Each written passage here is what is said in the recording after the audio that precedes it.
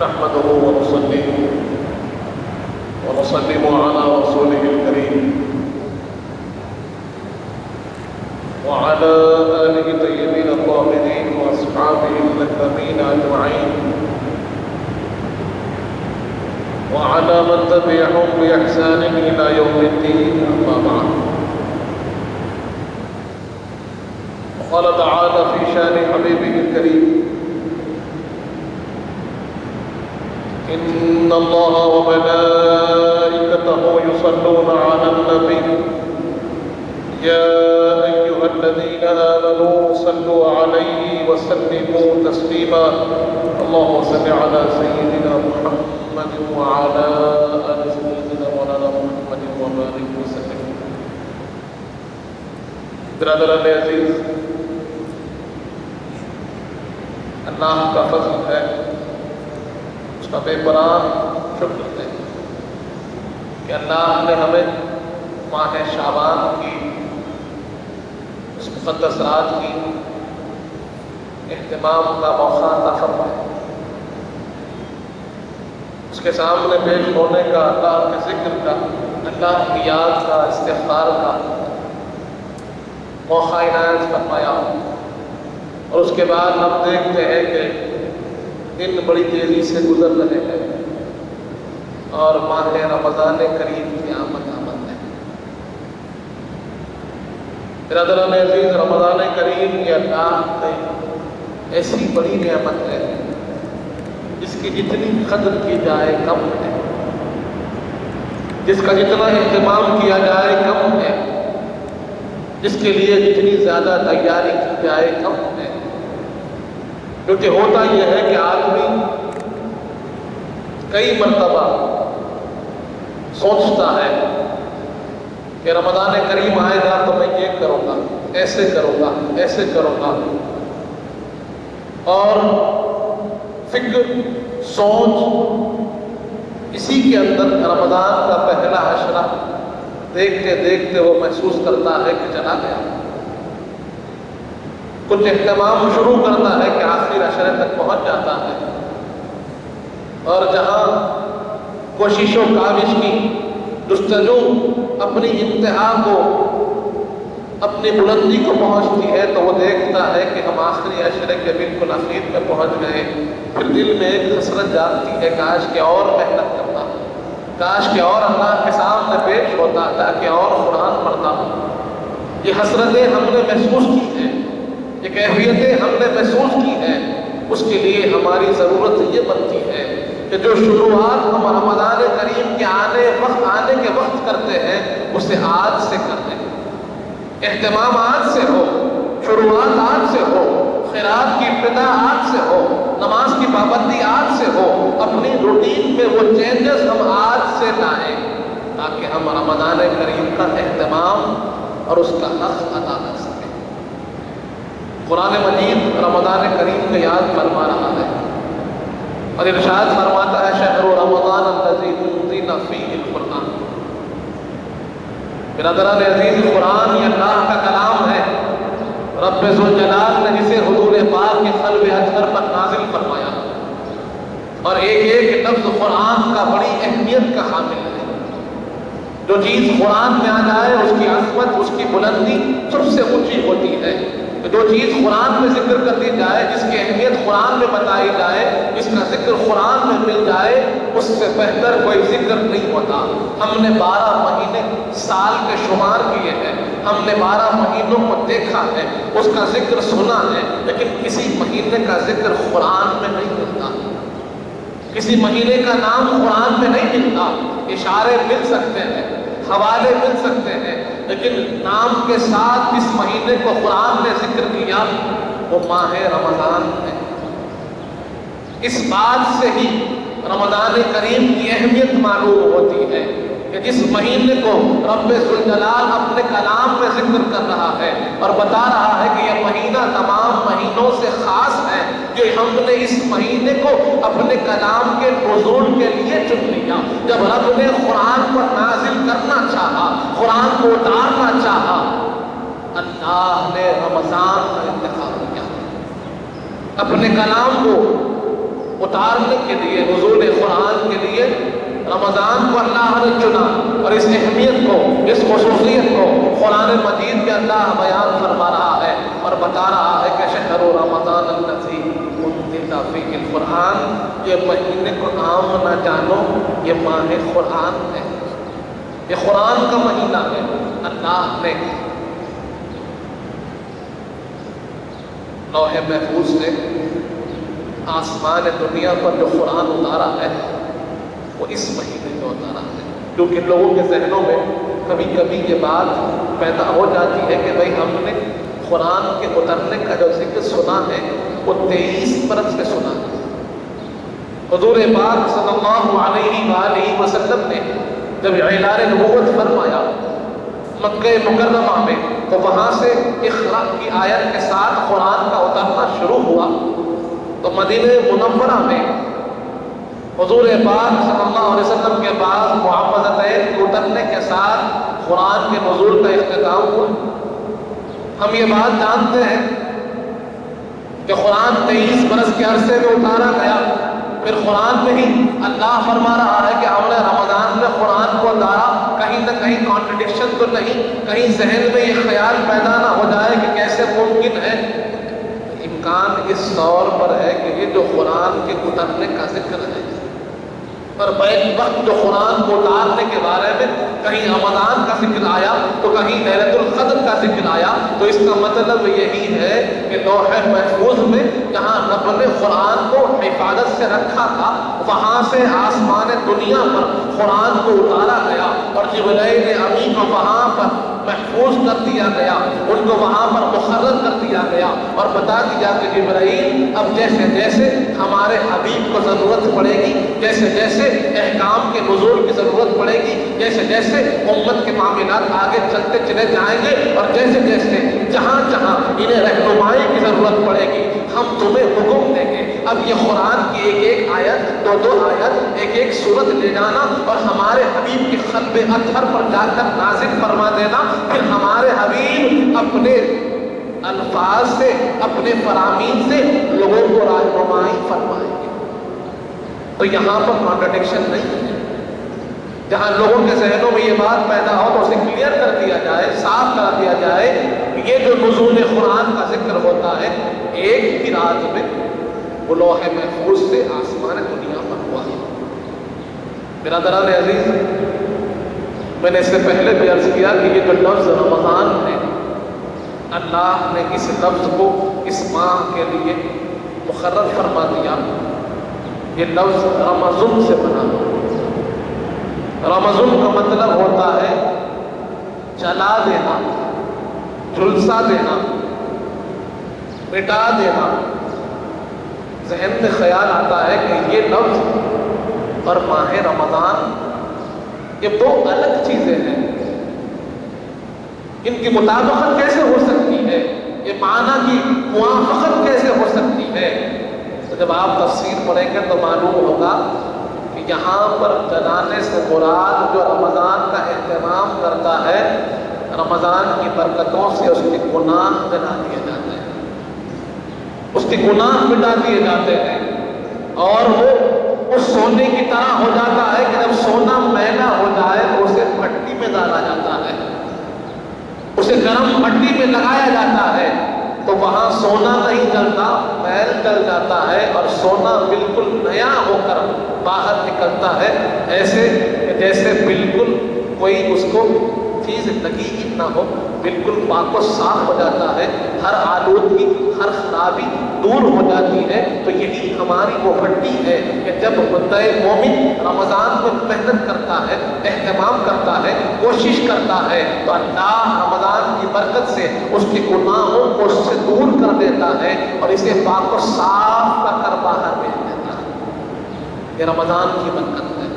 برادران عزیز، اللہ تبارک و تعالی جہاں قرآن میں رمضان کے اہتمام اور اس کی خصوصیات کا بیان کر رہا ہے، وہیں پر احادیث کریمہ میں حضور پاک صلی اللہ علیہ وآلہ وسلم نے بھی بڑی کثرت سے رمضان کے بارے میں ہمیں بتایا ہے، ہمیں سمجھایا ہے، اور ایک حدیث پاک بڑی مشہور ہے حضور پاک صلی اللہ علیہ وآلہ وسلم ایک مرتبہ ممبر پر تشریف لائے، صحابہ کرام تشریف فرما ہے اور حضور پاک ان کو خطاب فرمانے کے لیے ممبر پر تشریف لائے، اور صحابہ کرام روایت کرتے ہیں کہ حضور پاک پہلی سیڑھی پر چڑھے اور فرمایا آمین، دوسری سیڑھی پر پھر تشریف فرما ہوئے تو فرمایا آمین، اور تیسری سیڑھی پر جب جلوہ فرما ہوئے تو فرمایا آمین۔ اس کے بعد پھر حضور پاک نے اپنا خطاب فرمایا، اور خطاب کے بعد جب ممبر شریف سے نیچے تشریف لائے تو صحابہ کرام نے عرض کیا یا رسول اللہ، ہم نے آج ایک عجیب بات دیکھی، اس سے پہلے کبھی ایسا واقعہ ہمارے سامنے نہ ہوا کہ ہم نے نہ دعا سنی نہ کوئی کلام سنا، ہم نے صرف آمین سنا۔ ہمیشہ بات یہ ہوتی تھی کہ آپ دعا فرماتے پروردگار آپ رحم فرمائیے، صحابہ عرض کرتے آمین، آپ فرماتے پروردگار مغفرت فرما دیجیے، صحابہ عرض کرتے آمین۔ لیکن آج ہم نے کلمات دعا نہ سنے، صرف آمین سنا۔ یہ بات ہمارے لیے نہیں ہے، یہ بات ہمارے لیے تھوڑی سی متحیر کرنے والی ہے، حیران کرنے والی ہے۔ حضور پاک نے کہا کہ جیسے ہی میں جبرائیل میں ممبر پر کھڑا ہوا، جبرائیل میرے پاس نازل ہوئے۔ جیسے ممبر پر میں تشریف رکھا، پہلی سیڑھی پر چڑھا، تبھی جبرائیل میرے پاس حاضر ہوئے، رب کا سلام بھیجا اور میرے سے مجھ سے عرض کیا کہ رب نے مجھے حکم دیا ہے کہ میں دعا کروں اور آپ آمین فرمائیں۔ جبرائیل نے دعا کی، رب فرماتا ہے کہ میں رب کی بارگاہ میں دعا کروں کہ جس کے پاس ماں باپ میں سے کوئی ایک یا دونوں بزرگی کی حالت میں پائے اور اس نے اپنی نجات نہ دکھا دی، جہنم سے آزادی نہ دکھا دی، اس کے لیے ہلاکت ہے۔ حضور پاک نے کہا، جبرائیل نے دعا کی، میں نے آمین کہا۔ دوسری سیڑھی پر جب میں چڑھا، جبرائیل نے دعا کی، اے پروردگار اس نے رمضان کو پایا اور اپنی نجات نہ دکھا دی، جہنم سے آزادی نہ دکھا دی، اپنی کامیابی اور کامرانی نہ دکھا لی، اس کے لیے ہلاکت ہے۔ حضور پاک فرماتے ہیں جبرائیل نے دعا کی، میں نے آمین کہا۔ جب میں تیسری سیڑھی پر پہنچا تو جبرائیل نے دعا کی، پروردگار کسی نے حضور پاک صلی اللہ علیہ وآلہ وسلم کا اسم گرامی سنا، نامی سنا اور آپ پر درود نہ بھیجا، اس کے لیے ہلاکت ہو۔ حضور فرماتے ہیں جبرائیل نے دعا کی، میں نے آمین کہا۔ برادران عزیز، 3 دعائیں، 3 بد دعائیں ایک ہی ساتھ، اور کلمات اللہ کے حکم سے جبرائیل امین کے ہے اور آمین حضور پاک کا ہے۔ ایسی دعا بھی کہیں ہوئی ہوگی کہ جبرائیل دعا کر رہے ہیں اور حضور پاک آمین فرما رہے ہیں۔ اب یہ دعا میں ہمارے لیے 3 خوشخبریاں بھی ہیں اور 3 ہمارے لیے کہیں نہ کہیں ہلاکت اور بری خبر بھی ہے۔ برادران عزیز، پہلی دعا ہم نے سنی، حضور پاک فرماتے ہیں کہ جس نے والدین کو پایا بزرگی کی حالت میں، یہ والدین اب بزرگی کی عمر کی طرف چلے گئے ہیں، بڑھاپے کی طرف چلے گئے ہیں، کمزوری کی طرف چلے گئے ہیں، ضعیفی کی طرف چلے گئے ہیں۔ اب وہ طاقت، وہ جوانی جو پہلے ان کے پاس تھی اب نہیں ہے۔ اپنی ساری زندگی اپنے بچوں کے لیے لگا دی ہے، ساری زندگی بچوں کے لیے محنت کرتے رہے، خود نہیں کھلایا بچوں کو، خود نہیں کھایا بچوں کو کھلایا ہے، خود نہیں سویا بچوں کو سلایا ہے، اپنی مشقتوں کے ساتھ بچوں کو آرام دیا۔ وہی باپ جو دن بھر محنت کرتا تھا تاکہ بچے سکون سے سو جائے، سکون سے کھا لے، وہ باپ جو بچوں کے لیے دن بھر مشقت کر رہا ہے تاکہ ان کی تعلیم اچھی ہو جائے، تاکہ ان کی تربیت اچھی ہو جائے، تاکہ ان کی پرورش اچھی ہو جائے، آج وہ باپ عمر کے بڑے حصے کو پہنچ گئے ہیں، بوڑھے ہو گئے ہیں، ضعیف ہو گئے ہیں، ناتواں ہو گئے ہیں، اور وہ ماں جو رات بھر جگ کر بچوں کی دیکھ بھال کر رہی ہے، دن میں اٹھ کر بچوں کو کھانا کھلا رہی ہے، پانی پلا رہی ہے، اپنے آرام کو نہیں دیکھتی، اپنی تکلیف کو نہیں دیکھتی، اپنی خواہش کو نہیں دیکھتی، دیکھتی ہے تو بچے کی خواہش کو دیکھتی ہے، اس کی تمنا کو دیکھتی ہے۔ اور یہ ماں زندگی بھر محنت کرتے کرتے اب اس مقام پر پہنچ گئے کہ بزرگی کی حالت میں ہے، اور وہ بچے جن کے لیے انہوں نے محنت کی، آج وہ بچے جوان ہو گئے ہیں، آج وہ بچے قابل ہو گئے ہیں، آج وہ بچے نوکریوں پر ہیں، آج وہ بچے تجارت پیشہ ہو گئے ہیں، آج وہ بچے کامیاب اور کامران ہو گئے ہیں، آج وہ بچوں کو عزت ملی ہے، آج وہ بچوں کو شہرت ملی ہے، مقام ملا ہے، تو انہیں کے صدقے میں ملا ہے۔ حضور پاک فرماتے ہیں کہ جس نے اپنے والدین کو یا کسی ایک کو بزرگی کی حالت میں پایا اور ان کی خدمت نہ کی، اور ان کے لیے اپنے آپ کو پیش نہ کیا، ان کے لیے اپنے وقت کو پیش نہ کیا، ان کے لیے اپنی دولت کو نچھاور نہ کیا، اور ان کی خدمت کر کر ان کو راضی نہ کر لیا، تو اس کے لیے ہلاکت ہے، ہلاکت ہے اس کے لیے جو بچہ اپنے ماں باپ کی خدمت نہیں کرتا۔ برادران عزیز، آج ہمارا معاشرہ کس روش پر چل پڑا ہے؟ ہم دیکھتے ہیں کس روش پر معاشرہ جا رہا ہے۔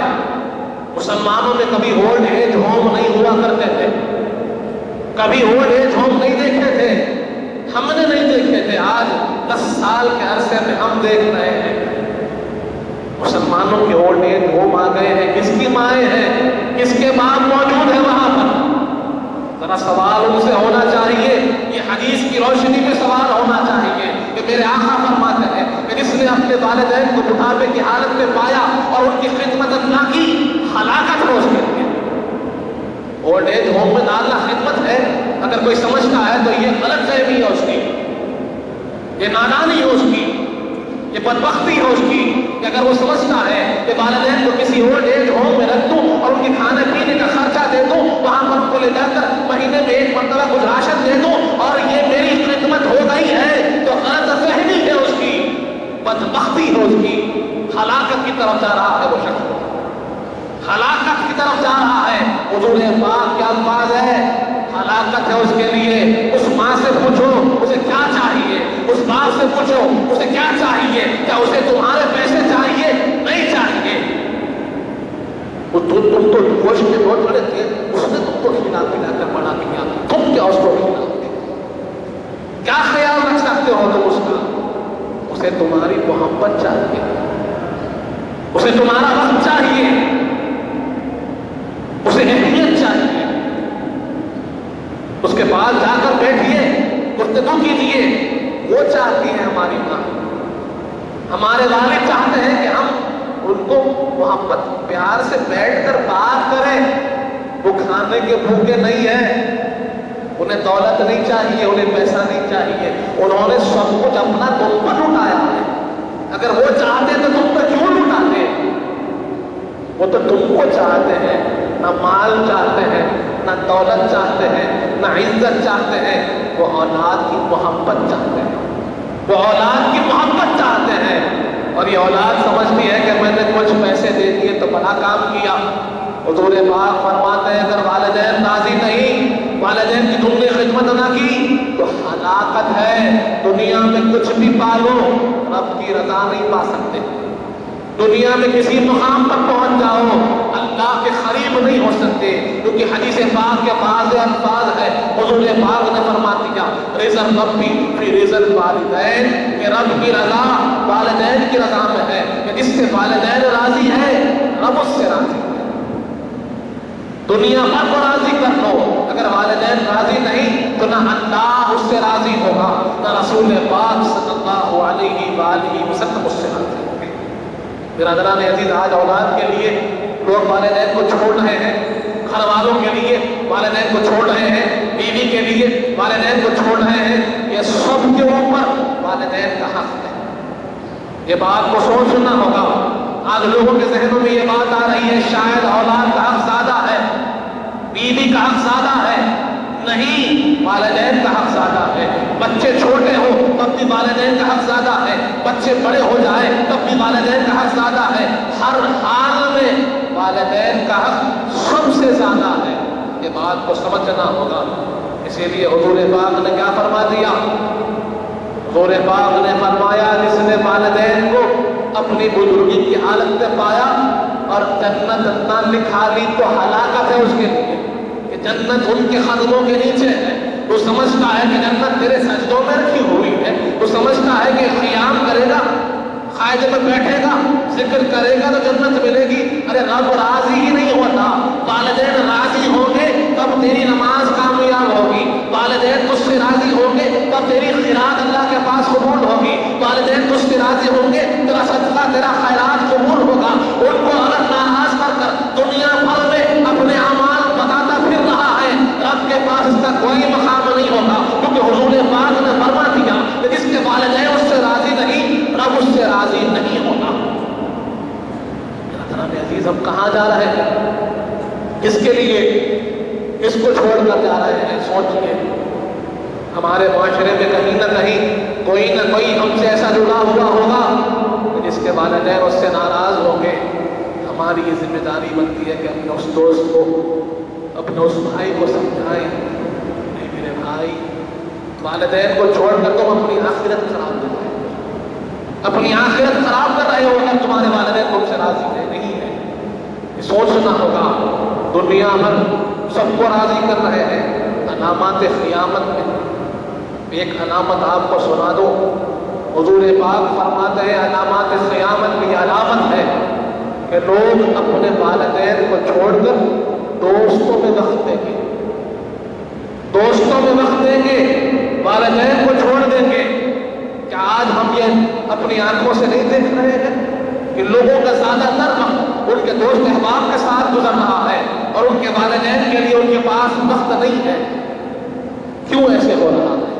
کیا یہ علامت قیامت نہیں؟ اور اس علامت کو سنانے کے بعد حضور پاک فرماتے ہیں کہ اگر یہ علامت تم پہ نظر آ جائے تو پھر طوفانوں کا انتظار کرنا، آندھیوں کا انتظار کرنا، زلزلوں کا انتظار کرنا، پہاڑوں کے برسنے کا انتظار کرنا کہ پتھروں کی بارش تم پر ہوگی. اللہ کا عذاب تم کو جکڑ لے گا. آج ہم ایک طرف جہاں دیکھتے ہیں کہ لوگ اپنے والدین کو چھوڑ کر دوست احباب کے پیچھے پھر رہے ہیں، اپنے بچوں کے پیچھے پھر رہے ہیں، اپنی بیویوں کے پیچھے پھر رہے ہیں اور والدین کو لے جا کر اولڈ ایج ہومز میں بٹھا رہے ہیں، تو دوسری طرف ہم دیکھتے ہیں کہ دنیا میں زلزلے بھی آ رہے ہیں، لاکھوں ہزاروں لوگ بے گھر ہو رہے ہیں. کیا یہ حدیث پاک آپ چھوڑ کر سمجھ نہیں پاتے کہ یہ ہمارے اپنے ہاتھوں کا نتیجہ ہے، ہمارے اپنے اعمال کا نتیجہ ہے، ہمارے اپنے کاموں کا نتیجہ ہے کہ ہم نے رب کو ناراض کیا. رب کی ناراضگی کا ثبوت ہمارے سامنے ہے. آج ان کی باری ہے، کل ہماری باری ہوگی. اس کا خیال ہم کو نہیں ہوتا. ہم یہ سمجھتے ہیں کہ ہم بچے رہیں گے.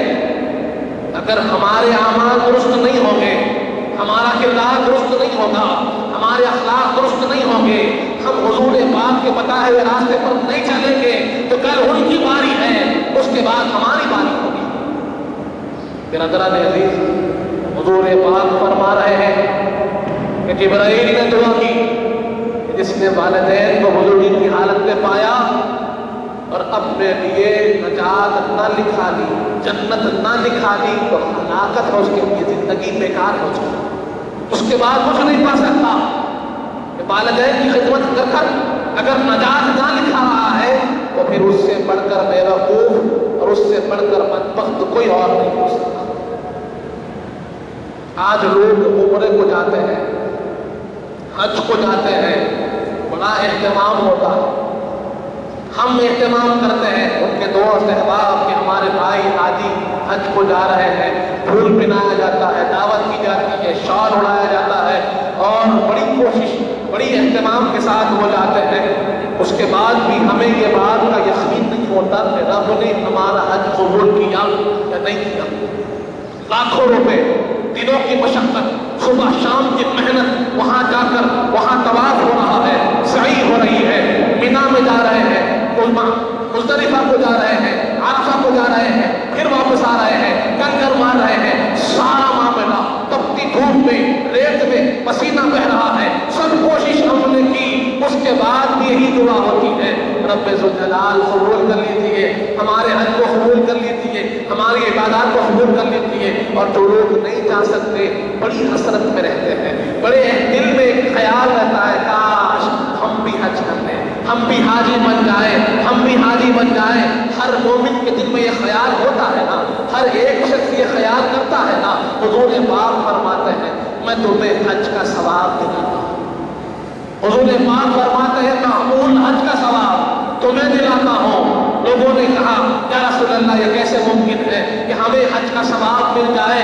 ہم غریب ہیں، ناتواں ہیں، بے کس ہیں، ہمارے کوئی طاقت نہیں کہ ہم حج کو جا سکیں، اتنے پیسے نہیں کہ حج کو جا سکیں، اتنی دولت نہیں کہ حج کو جا سکیں۔ اگر پیسے ہیں تو طاقت نہیں ہے، اسباب نہیں ہے، کیا ہم حج کو جا سکتے ہیں؟ یہ ثواب ہم بھی حاصل کر سکتے ہیں، کیسے کریں؟ حضور پاک فرماتے ہیں کہ اگر تمہارے گھر میں ماں باپ ہو تو جاؤ، ماں باپ کے سامنے بیٹھ جاؤ، کچھ بولو نہیں، کچھ کہو نہیں، ان کے چہرے کو دیکھ کر مسکراؤ، تم کو دیکھ کر وہ مسکرائے، ان کو دیکھ کر تم مسکراؤ۔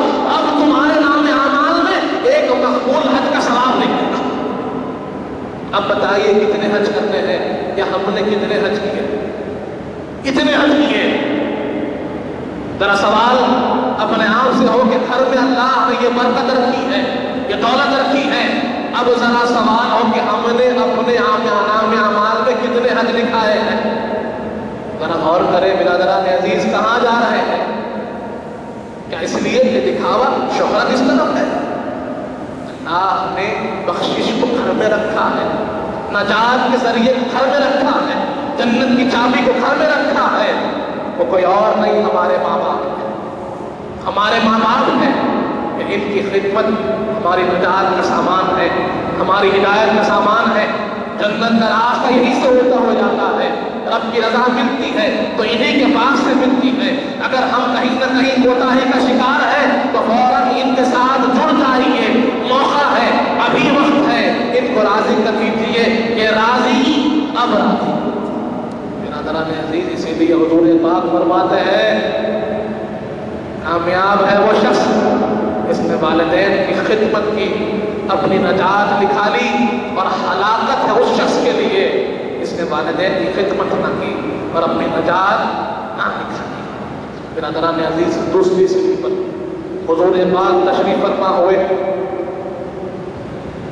جبرائیل نے دعا کی پروردگار اگر کوئی رمضان پاتا ہے، رمضان کریم پاتا ہے اور اپنی نجات نہ لکھا لے، اپنی بخشش نہ لکھا لے، جنت کا فرمان نہ لکھا لے، اس کے لیے ہلاکت ہے۔ کیا فرمایا؟ اس کے لیے ہلاکت ہے جس نے رمضان کا احترام نہ کیا۔ حضور پاک نے فرمایا آمین۔ برادران عزیز، رمضان کریم آ رہے ہیں، رمضان کریم کی آمد اور ہماری تیاریاں شروع ہوتی ہیں، ہم تیاری شروع کرتے ہیں، لیکن ذرا غور کر دیکھیں کہ ہماری میجورٹی آف تیاری کدھر طرف جاتی ہے، کس طرف ہوتی ہے۔ کہ آج نوجوانوں میں دیکھتا ہوں کہ جیسے ہی رمضان شریف آتا ہے ان کی تیاری شروع ہوتی ہے کہ ہم کچھ کاروبار کرتے ہیں، کچھ کاروبار کر لیا جائے، کچھ پیسے کما لیے جائیں، کچھ ایک سٹال لگا لی جائے، کچھ ایک دکان لگا لی جائے، اس سے ہم پیسے کمائیں۔ یہ رمضان کی تیاری ہو رہی ہے کہ وہ کوشش کرتے ہیں کہ رمضان سے کچھ پیسے کما لیں۔ میں یہ نہیں کہتا کہ رمضان سے پیسے کمانا غلط ہے، لیکن اسی کی طرف توجہ دینا، یہی کو اپنی تیاری کا مرکز بنا لینا، اپنا اہتمام سارا کا سارا رمضان میں پیسے کمانے کے لیے کر دینا، یہ غلط ہے۔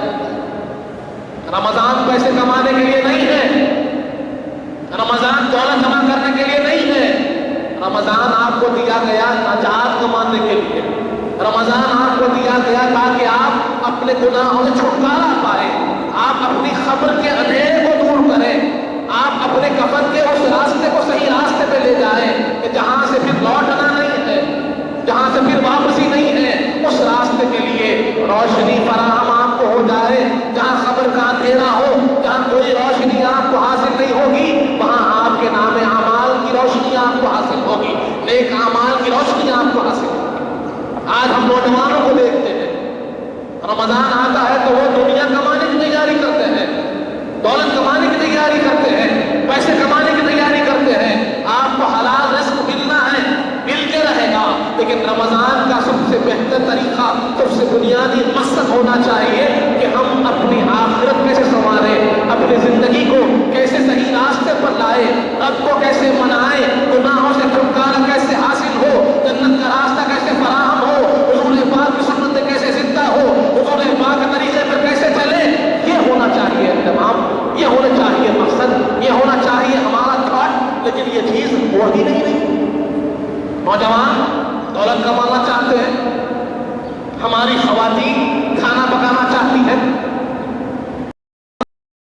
تو گھر میں یہ اہتمام شروع ہوتا ہے کہ کیا پکائیں گے، کیا بنائیں گے، کچھ نیا بنایا جائے، کچھ نیا سیکھا جائے۔ یہ چھوٹی چیزیں ہیں، یہ تو ہوتی رہے گی، لیکن یہ رمضان کا مقصد نہیں ہو سکتا، یہ رمضان کا تیاری نہیں ہو سکتی کہ آپ نئے نئے ڈشز سیکھیں تاکہ رمضان میں بنائیں۔ یہ تیاری نہیں ہے، اپنے جسم کو عبادت کی عادت کیجیے، یہ تیاری ہے۔ قرآن پڑھنے کی پابندی کیجیے، یہ تیاری ہے۔ اپنے زندگی کا ایک وقت ذکر میں لگائیے، یہ تیاری ہے۔ کچھ مال کو جمع کر رکھیں تاکہ رمضان میں رب کی راہ میں صدقہ کریں، خیرات کریں، یہ تیاری ہے۔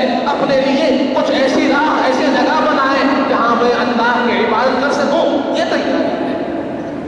ادھر نوجوان کاروبار کرنا چاہتے ہیں، تیاری رمضان ہو رہی ہے۔ ادھر خواتین کھانے پکانے کی نئی نئی چیزیں سوچ رہے ہیں، تیاری ہو رہی ہے رمضان کی۔ کسی کو یہ خیال ہے رمضان آئے گا تو میں نئے کپڑے پہنوں گا، نئے کپڑوں کا اہتمام ہو رہا ہے، کیا یہ تیاری ہے رمضان کی؟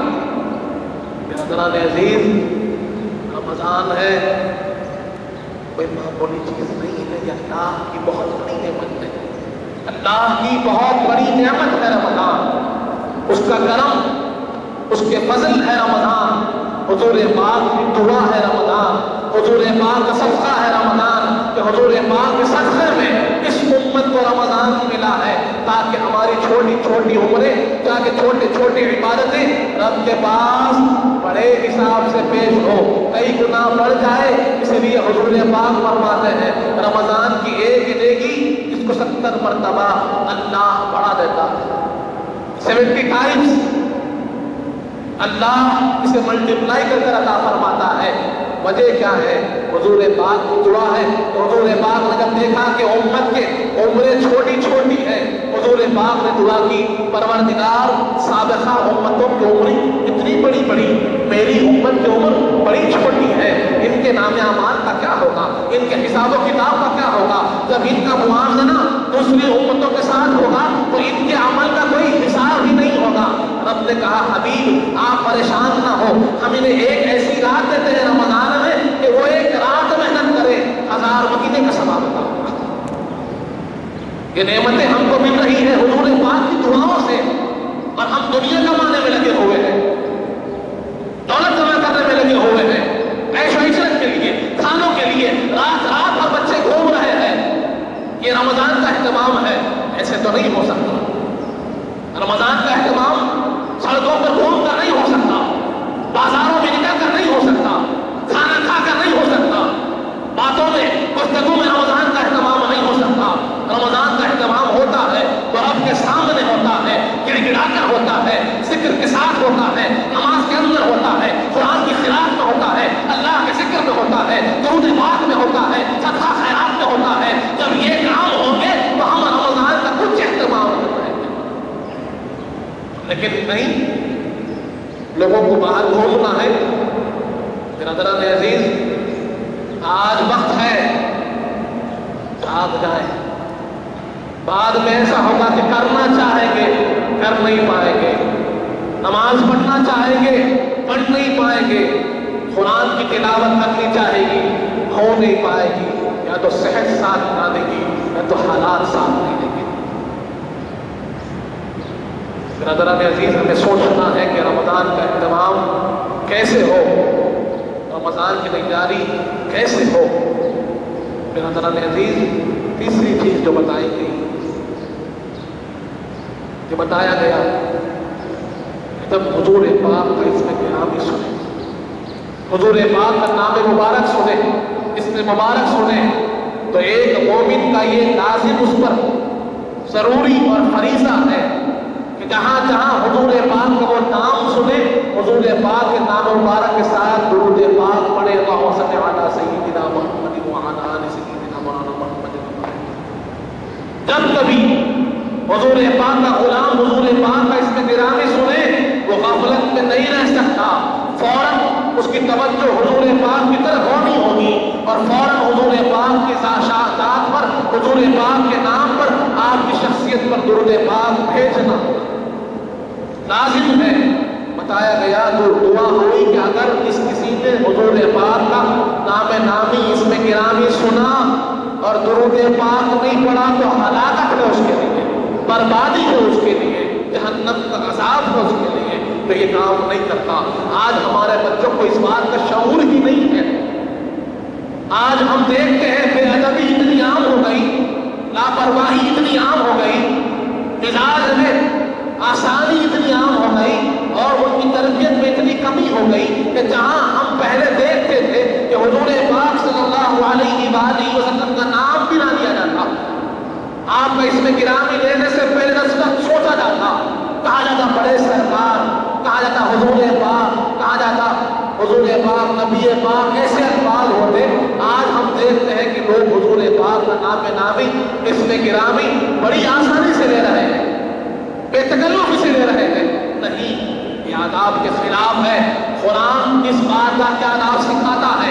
قرآن کہتا ہے لا ترفعوا اصواتکم فوق صوت النبی، کہ حضور پاک کی آواز مبارک کے سامنے اپنی آوازوں کو بلند نہیں کرنا، اس دربار کے سامنے اپنے آوازوں کو بلند نہیں کرنا، ایک دوسرے کو جیسے پکارتے ہو ویسے حضور پاک کا نام نہیں لینا۔ قرآن آداب سکھا رہا ہے اور آج انہی کے غلام بے ادبی کے راستے پر چل رہے ہیں۔ بھی ہمارا سرمایہ ہے، حضور پاک کی نسبت ہماری سب سے بڑی دولت ہے۔ ہمارا یہ فرض بنتا ہے کہ بطور غلام، بطور امتی، جب حضور پاک کا نام نامی سنے، اسم مبارک سنے، فوراً زبان سے درود ادا ہو جائے، فوراً زبان سے درود پاک ادا ہو۔ یہ ہمارا فریضہ ہے، ہم پر یہ بات حاصل ہے۔ برادران عزیز، وقت ہو گیا، چند باتیں میں نے آپ کے سامنے رکھی ہیں۔ میری گزارش ہے کہ رمضان کا خوب اہتمام کیجیے، اپنے والدین کو راضی کیجیے، رب کو منائیے، ذکر کیجیے، اذکار کیجیے، اور یہ دنیا کی روشنی تو آتی رہے گی، جاتی رہے گی، لیکن قبر میں روشنی کی بڑی ضرورت ہے۔ اپنی قبر کو روشن کرنے کے لیے اللہ کے سامنے اپنے آپ کو پیش کیجیے۔ اللہ تعالیٰ سے دعا کریں جب تک زندہ رکھ، سلام پر رکھ، موت ایمان پر دے، وقت نظر حضور پاک صلی اللہ علیہ وسلم کا دیدار نصیب فرما دے، ہمیں نیک اور صالح متقیوں پر اظہار بنا، ہمارے گناہوں کو معاف فرما، ہمارے گناہوں کو نیکیوں سے تبدیل کر کے بندے، ہم میں جو پریشان حال ہیں ان کی پریشانیوں کو دور فرما، ہم میں جو بیمار ہیں انہیں شفا کامل عطا فرما، ہم میں جو مخصوص ہیں ان کی قرضوں کو عطا فرما۔ رمضان کریم کی آمد کے پروردگار، اس کا خوب اہتمام کرنے کی توفیق عطا فرما، اس میں عبادت کرنے کی توفیق عطا فرما، اس کے اندر خیرات کرنے کی، قرآن پڑھنے کی توفیق عطا فرما، تراویح پڑھنے کی توفیق عطا فرما، صدقہ خیرات کرنے کی توفیق عطا فرما، جو کچھ کہے ہیں، جو کچھ سنے ہیں، اس پر عمل کرنے کی توفیق عطا فرما۔ حضور پاک صلی اللہ علیہ وآلہ وسلم کا سچا غلام و امتی بنا مانے، اہل بیت اطہار کا سچا غلام بنا، صحابہ کرام کا چاہنے والا بنا، اولیاء اللہ کا چاہنے والا بنا، ان کے بتائے ہوئے راستے پر چلنے کی توفیق عطا فرما۔ صلی اللہ